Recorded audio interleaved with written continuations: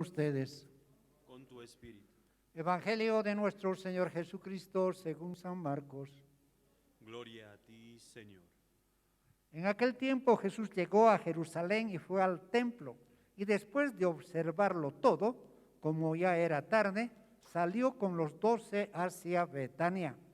Al día siguiente, cuando salieron de Betania, Jesús sintió hambre. Al divisar de lejos una higuera cubierta de hojas, se acercó para ver si encontraba algún fruto, pero no había más que hojas, porque no era la época de los higos. Dirigiéndose a la higuera, le dijo: que nadie más coma de tus frutos. Y sus discípulos lo oyeron. Cuando llegaron a Jerusalén, Jesús entró en el templo y comenzó a echar a los que vendían y compraban en él. Derribó las mesas de los cambistas y los puestos de los vendedores de palomas, y prohibió que transportaran cargas por el templo, y les enseñaba: ¿acaso no está escrito: mi casa será llamada casa de oración para todas las naciones, pero ustedes la han convertido en una cueva de ladrones? Cuando se enteraron, los sumos sacerdotes y los escribas buscaban la forma de matarlo, porque le tenían miedo, ya que todo el pueblo estaba maravillado de sus enseñanzas. Al caer la tarde, Jesús y sus discípulos salieron de la ciudad. A la mañana siguiente, al pasar otra vez, vieron que la higuera se había secado de raíz. Pedro, acordándose, dijo a Jesús: Maestro, la higuera que has maldecido se ha secado. Jesús le respondió: tengan fe en Dios, porque yo les aseguro que si alguien dice a esta montaña: retírate de ahí y arrójate al mar, sin vacilar en su interior, sino creyendo que sucederá lo que dice, lo conseguirá. Por eso les digo, cuando pidan algo en la oración, crean que ya lo tienen y lo conseguirán. Y cuando ustedes se pongan de pie para orar, si tiene algo en contra de alguien, perdónenlo, y el Padre que está en el cielo les perdonará también sus faltas. Palabra del Señor. Gloria a ti, Señor Jesús. Siéntense, por favor. En la primera lectura que encontramos hoy, que se ha tomado, pues, del libro de Sirácides o Eclesiástico, aquí encontramos el consejo que da el sabio a lo mayor que el tiempo, cuando una persona muere, cómo la persona puede desaparecer como si no hubiera existido, o pueden recordar los demás. Y aquí el autor nos dice, pues, que nosotros deberíamos buscar para que la gente pueda recordarnos. No por las cosas malas que hemos hecho, ¿no? Sino que recuerden de las cosas buenas que hacemos. De las cosas buenas que hacemos. Que sean obras de justicia, dice. Si son obras de justicia, nunca se van a olvidar. Van a decir entonces, esta persona era un hombre justo.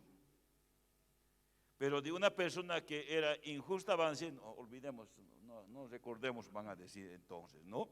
Entonces, está aconsejándonos que nosotros también debemos pensar, dejar cosas huellas, que se recuerden las personas y que nuestra memoria no se desaparezca, sino más bien viva, ¿no? Y dice, por eso la familia, dice, pues la familia debe inculcar a los hijos y enseñar a los hijos que sus hijos sean justos y también sean, pues, fieles a Dios, para que también sus nietos aprendan esa herencia, suceda, para que no desaparezca, ¿no? ¿De dónde aprendió esto? Es que sus abuelos, sus tatarabuelos eran gente así y también aprendió así. Entonces, esto es lo que encarga en la primera lectura que debemos buscar nosotros si queremos tener un día de gloria. Y algo interesante que encontramos hoy nosotros en el Evangelio, que Jesús llega a Jerusalén. y dice que va al templo, observó todo. Observó todo, analizó todo que estaba hallando, viendo qué había, qué negocios habían, qué la gente que hacía en el templo, todo observó. Y después se fueron a Betania a descansar. Me parece que Jesús allá en Betania no ha dormido, pensando qué puede hacer para poder llamar la atención en el templo, diciendo que este templo no está dando frutos. En este templo han perdido el respeto al templo, que es casa de oración, ahora lo han vuelto en una casa de negocios. Y por lo tanto yo tengo que hacer algo, llamar la atención algo, porque aquí este templo no está dando frutos para la cual se ha construido este templo, está diciendo. Creo que es importante pensar en eso. Creo que esa noche Jesús ha pensado, ha reflexionado muy bien. Pero al día siguiente, cuando estaban de Betania yendo a Jerusalén, dice Jesús, vio una planta de higuera y se fue allá a buscar si había fruto. Si había fruto. Y dice que no encontró fruto. Y según el autor, dice que no era época de frutos. Todavía no era época de dar que el higo ya tenga fruto maduro. Entonces, pues, y fíjense muy bien la palabra que Jesús le dice a esta higuera, ¿no? Que nadie más coma de sus frutos. ¿Qué palabra que le dice? Y los discípulos al día siguiente lo ven que la planta se ha secado. Fíjense muy bien el poder de la palabra que uno puede tener. El poder de la palabra que usted puede salir de tu boca y pueden cumplirse las cosas. Y eso es muy bien. Dios puede utilizarnos a nosotros. Este se llama, pues, regalos de Dios, don de Dios. Y si nosotros, algún autor por ahí decía, si nosotros pensamos lo que Jesús estaba representando con la higuera, era a la gente judía de aquel tiempo. Gente judía que no habían dado frutos, que Dios espera, y por eso les seca, le termina con los judíos. Es grave, ¿no? Y también hace lo mismo con el templo. El templo no está dando frutos, entonces también va a cambiar allá las cosas. Y creo que también nos llama la atención a nosotros hoy. Si nosotros somos cada uno la planta de higuera, esta planta de higuera, ¿qué frutos estamos dando nosotros hoy día que Jesús quiere buscar un fruto en nuestra vida? ¿Qué fruto encontrará Dios en tu vida si hoy viene Jesús a buscar algún fruto que usted está dando? ¿Qué fruto encontrará? ¿Frutos buenos o no habrá frutos buenos para Él? ¿O serán frutos desechables?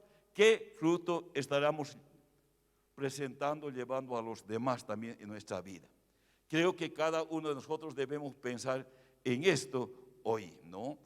Por eso creo que dicen a nosotros que tengamos fe para eso.